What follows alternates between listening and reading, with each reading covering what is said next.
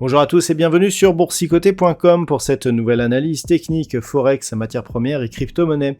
Avec une paire de devises euro-dollar qui semble se stabiliser puisqu'après avoir connu ici cette forte dynamique baissière, on semble se neutraliser ici au contact de la moyenne mobile 20 exponentielle. Alors nous avons toujours ces bougies ici qui sont haussières. Aujourd'hui d'ailleurs, malgré le côté rouge de cette bougie, on a toujours des plus hauts et des plus bas qui sont supérieurs à ceux de la bougie précédente, ce qui entretient la loi de dos court terme, mais il semblerait que l'on ait un signal d'affaiblissement. Globalement, on reste ici dans une dynamique baissière avec un mouvement ici très court terme qui reste technique et qui pourra appeler un retour ici sur la zone des 1.05 qui en cas de cassure nous donnera un objectif toujours à 1.0360.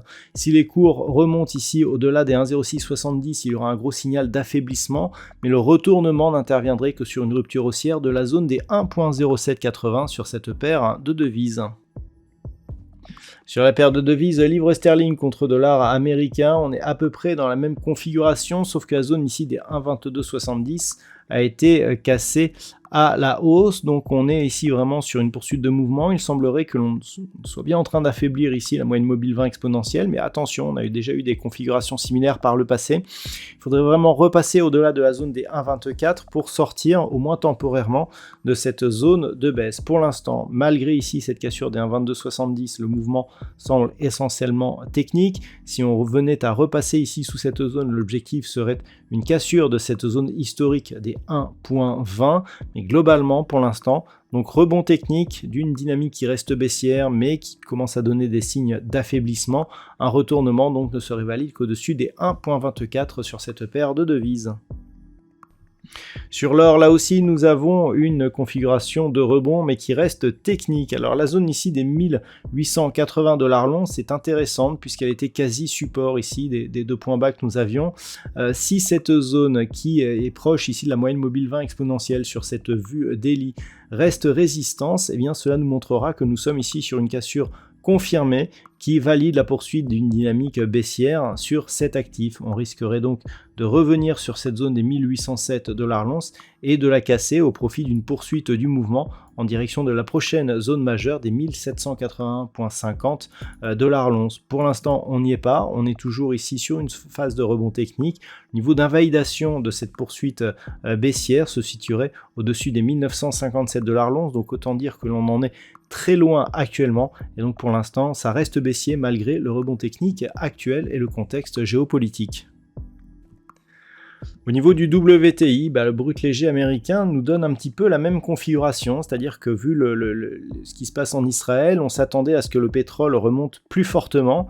Bien pas du tout, on a eu un gap donc par rapport au week-end, on est repassé au-delà de la zone des 84 $ le baril, mais en se stabilisant ici sous la moyenne mobile 20 exponentielle, ce qui correspond pour l'instant parfaitement à une reprise de dynamique baissière. Nous étions ici sur une dynamique haussière, on a traversé ici pour passer de la bande de Bollinger supérieure à la bande de Bollinger inférieure, une attaque relativement forte avec une bougie quasiment hors bol, un rebond technique ici qui nous donne un gap, mais qui reste sous la moyenne mobile 20 exponentielle, donc ça ressemble là aussi à un possible potentiel ici de prise de position en vue de jouer la poursuite de la dynamique baissière. Donc attention, une rupture ici de cette zone des 84 qui avait été auparavant ici résistance, validerait donc la reprise du mouvement en direction de cette zone ici des 78,30 $ pour un baril. On est ici sur un mouvement, sachant que l'invalidation de ce mouvement baissier ne se ferait que sur rupture des 92,50, puis du point haut aussi significatif que nous avions eu à 95 $ le baril.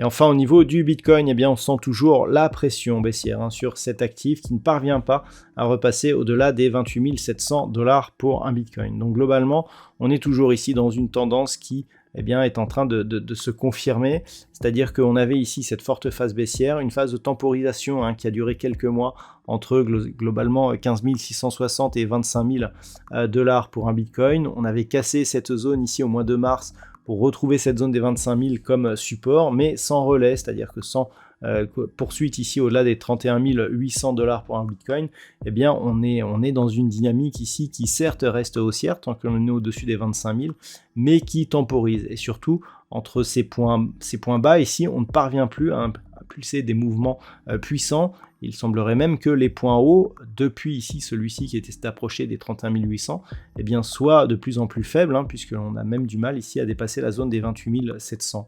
Donc, par rapport à ce que nous avons actuellement, eh bien, l'accélération du jour va tout à fait dans le sens, vous voyez, on avait une petite dynamique ici haussière qui s'est totalement invalidée. Il y a quelques jours, je vous indiquais qu'on était sur une tendance relativement faible.